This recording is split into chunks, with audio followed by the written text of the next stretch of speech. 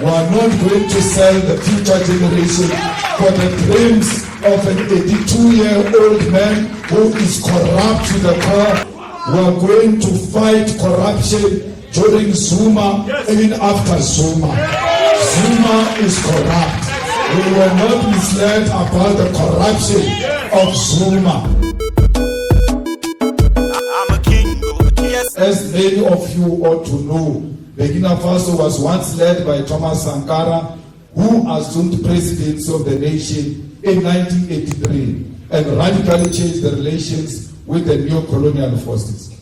It was Thomas Sankara who led progressive reforms such as the refusal to pay colonial debts and to take loans from institutions such as International Monetary Fund, massive agricultural production under the principle of self-sufficient Burkina Faso, as well as progress in improving healthcare, literacy, and women's rights.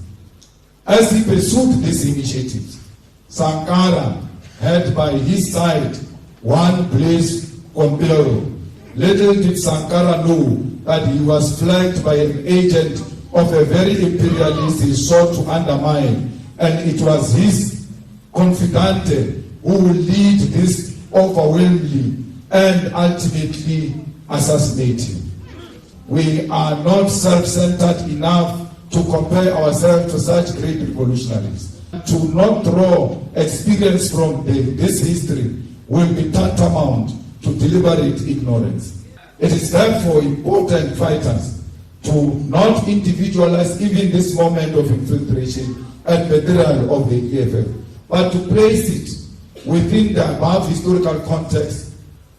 Within the above historical context, there is nothing unique about this particular betrayal. There is nothing special about the individuals who have perpetuated it.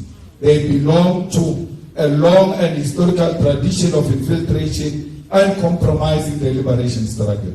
The people who have led this organization have not only led this infiltration and betrayal, but they even had the audacity to prescribe to us how we must perceive and respond to their infiltration. This is why, fighters, I've said that we have been betrayed by people who have the skill of using revolutionary language for the purpose of manipulation and compromise.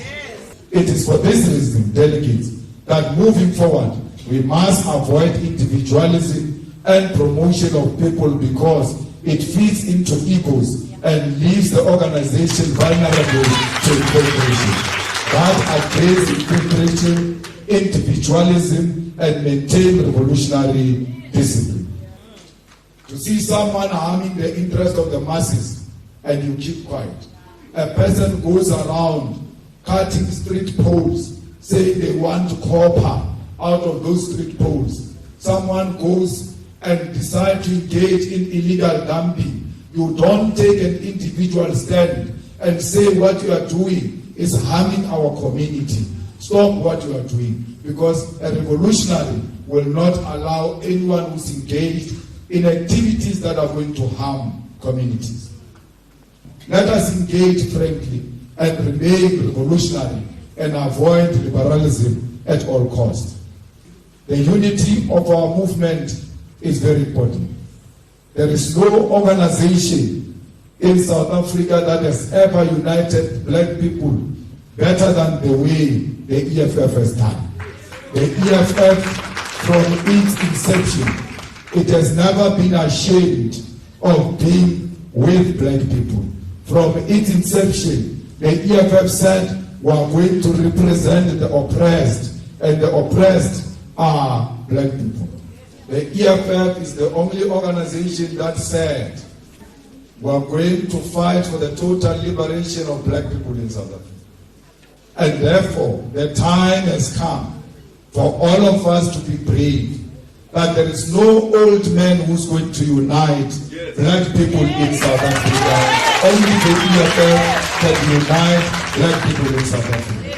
The track record of the EFF gives a clear scientific proof that only the EFF was able to put more than 120,000 people under one roof at the FNB Stadium. No any other organization has done that. Even now, they will never dare to go to the FNB Stadium. Yet they say they can mobilize and organize and unite black people. There is no one and no organization, historically and even now, that exists beyond the borders of South Africa. It is only the EFF. So how do you say you can unite people when you are 82 years old, having failed to unite them for the past 82 years? You think you can do it now? The unity we are talking about is not a lip service. It's not something used to mobilize people for the sake of positions. We mean this unity of Africans in practical terms. That's why we are the only organization that has got EFF Nigeria, EFF Ghana, EFF Liberia, EFF Namibia, EFF Lesotho, EFF even in diaspora.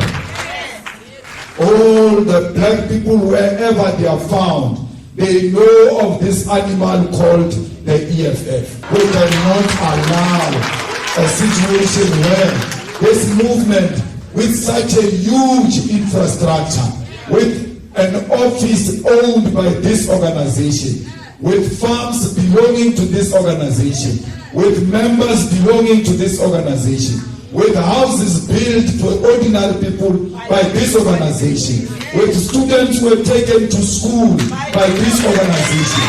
We woke up one morning and said to all those children, the organization you committed that when you grow up, you are going to vote for it is no more. We would have sold the future generation. We are not going to sell the future generation for the dreams of an 82-year-old man who is corrupt to the core, who has found his own thing for his own family. We are going to fight corruption during Zuma, even after Zuma. Zuma is corrupt. We were not misled about the corruption of Zuma. Cyril Ramaphosa is corrupt. We were not misled about the corruption of Cyril Ramaphosa. And we don't just talk about fighting corruption. We will be on the streets on Tuesday going to fight Palapana in the next because we don't pay a lip service. Where are they? All these people who are saying they can unite Africans. The thing that is eating away the unity of Africans, the development of Africans, the liberation of Africans is corruption. You stop corruption, you open doors for service delivery. That's why we are fighting corruption, because we know the defeat of corruption will mean free education and free health care and quality houses for our people. Amanda!